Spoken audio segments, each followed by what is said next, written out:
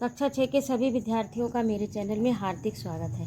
आज मैं उपस्थित हूँ आपकी हिंदी पाठ्य पुस्तक अक्षरा का पाठ 11 समर्पण कविता लेकर। प्रस्तुत कविता में देश के प्रति सर्वस्व समर्पण की भावना व्यक्त की गई है और इसके रचयिता हैं, इसके कवि हैं रामावतार त्यागी जी। तो आइए प्रारंभ करते हैं। मन समर्पित, तन समर्पित और ये जीवन समर्पित, चाहता हूँ देश की धरती तुझे कुछ और भी दूँ। इसमें कवि कहता है कि मन समर्पित, हे माता, यानी अपनी जन्मभूमि को, अपनी मातृभूमि को संबोधित करके कह रहा है कि हे माँ, मन समर्पित, तन समर्पित और यह जीवन समर्पित। अपनी मातृभूमि पर कवि अपने मन को समर्पित कर रहा है, तन को समर्पित कर रहा है और ये जीवन समर्पित, चाहता हूँ देश की धरती तुझे कुछ और भी दूँ। इसमें कवि कह रहा है कि मेरे देश की धरती, मेरी मातृभूमि, मेरा ये तन तुमको समर्पित है, मेरा मन तुमको समर्पित है और ये जीवन भी समर्पित है। इसके उपरांत भी मैं चाहता हूँ, इसके बाद भी मैं चाहता हूँ कि तुझे कुछ और भी मैं दूँ। माँ तुम्हारा ऋण बहुत है, मैं अकिंचन। अब ये कवि जो है अपनी मातृभूमि से कह रहा है कि हे माँ, तुम्हारा ऋण बहुत है, तुम्हारा कर्ज मेरे ऊपर बहुत है, मैं अकिंचन, किंतु मैं अकिंचन हूँ। अकिंचन का अर्थ होता है अत्यंत निर्धन, दीनहीन, जिसके पास कुछ भी ना हो। तो तुम्हारा कर्ज मेरे ऊपर बहुत है, लेकिन मैं दीनहीन, निर्धन और अकिंचन हूँ, मेरे पास कुछ भी नहीं है। किंतु इतना कर रहा फिर भी निवेदन, मेरे पास कुछ भी नहीं है, फिर भी माँ मैं इतना निवेदन आपको कर रहा हूँ। थाल में लाऊं सजा कर भाल, जब भी मैं थाल में अपने मस्तक को जब भी सजा कर लाऊं, कर दया स्वीकार लेना यह समर्पण। तब तुम दया करके उस समर्पण को, मेरे उस भाल को, थाल में रखे उस भाल यानी मस्तक को दया करके स्वीकार कर लेना। माँ तुम्हारा, फिर से देखिए एक बार, माँ तुम्हारा मेरे ऊपर बहुत कर्ज है, किंतु मैं अकिंचन हूँ, मेरे पास देने के लिए कुछ भी नहीं है, मैं दीनहीन हूँ। किंतु फिर भी मैं आपसे एक निवेदन कर रहा हूँ कि जब मैं थाल में सजाकर अपने मस्तक को तुम्हारी सेवा में लाऊं, तो तुम दया करके उसको स्वीकार कर लेना।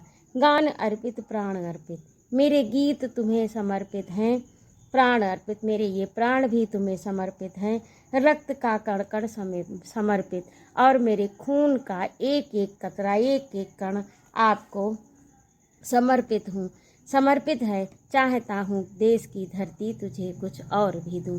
फिर भी कवि का मन जो है वो तृप्त नहीं होता और वह कह रहा है अपनी मातृभूमि से कि मेरा मन चाहता है कि तुझे मैं कुछ और भी दूँ। मांझ दो तलवार को लाओ न देरी, बांध दो अब पीठ पर वह ढाल मेरी, थाल पर मल दो चरण की धूल थोड़ी, शीश पर आशीष की छाया घनेरी। मांझ दो तलवार को, यानी तलवार मांझना युद्ध की तैयारी करना होता है। तो मांझ दो तलवार को लाओ न देरी, यानी शत्रुओं के हेतु तलवार को मेरी मांझ दो।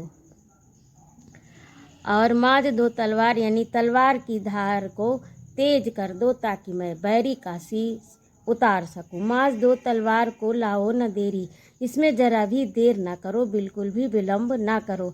बांध दो अब पीठ पर वह ढाल मेरी, और मेरी पीठ पर ढाल बांध दो, जो एक सैनिक के पीठ पर बांधी जाती है, जो गहने के चमड़े से बना कछुए की पीठ जैसा एक उपकरण, जिसे पीठ पर बांध कर लोग युद्ध करते।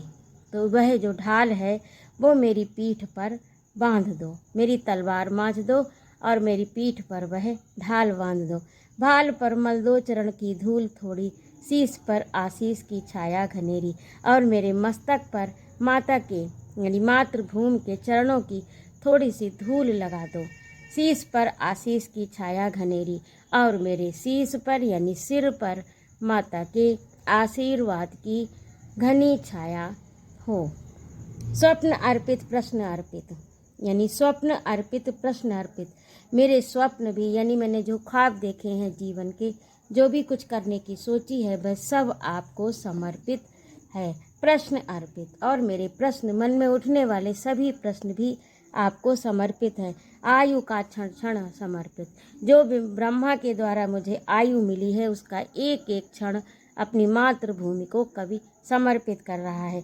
चाहता हूँ देश की धरती तुझे कुछ और भी दूँ। और इसके बाद भी उसको संतुष्टि नहीं मिलती, उसकी भावनाएं अतृप्त हैं और वह माँ से प्रार्थना करता है कि हे माँ, मेरा मन चाहता है कि मैं तुझे कुछ और भी दूँ। तन देकर, मन देकर, जीवन देकर, भाल देकर, मस्तक देकर, गान देकर, प्राण देकर, इतना रक्त का कण कण देकर भी, स्वप्न देकर, प्रश्न देकर, आयु देकर, आयु का क्षण क्षण देकर भी कभी संतोष को प्राप्त नहीं होता, यानी उसे तुष्टि नहीं मिलती, संतुष्टि नहीं मिलती। और वह माँ से कहता है कि हे माँ, मातृभूमि से प्रार्थना करता है कि हे माँ, मेरी प्यारी धरती, मैं चाहता हूँ कि तुझे मैं कुछ और भी दूँ। तो ये था आपकी कविता का अर्थ। उम्मीद है कि आपको समझ में आया होगा। यदि ना आया हो तो इसको दोबारा सुनिए, आपको समझ में आ जाएगा। सरल शब्दों की सरल कविता है, आसानी से समझ में आ जाएगी। ये सहज और सरल है और इसे आप याद भी करिएगा। बहुत सुंदर भावों की, सुंदर शब्द संयोजन की सरल और सहज रचना है रामावतार त्यागी जी की। रामावतार त्यागी जी का जन्म 1925 में मुरादाबाद में हुआ था। नया खून और 8वां स्वर इनकी प्रसिद्ध काव्य रचनाएं हैं। सन 1985 ईस्वी में इनका देहावसान हो गया। इनकी कविताओं में देशभक्ति और मानव जीवन के प्रति गहरी संवेदनाएं मिलती हैं। तो इस प्रकार से ये आपका आज पाठ 11 का भावार्थ यानी अर्थ कविता का पूरा हुआ। और यदि आपको मेरा पढ़ाना अच्छा लगा हो तो कृपया मेरे चैनल को सब्सक्राइब अवश्य करें, लाइक और कमेंट करें तथा अपने मित्रों में शेयर करें। अगले वीडियो में मैं उपस्थित होती हूँ आपका अभ्यास कार्य और कविता का संदर्भ प्रसंग सहित भावार्थ लेकर। आगे आपके शब्दार्थ दिए हैं जिन्हें आप पढ़िएगा, याद करिएगा ताकि आपका शब्दकोश बढ़े और आपको कविता का अर्थ आसानी से समझ में आए। आज के लिए इतना ही। जय माँ भारती।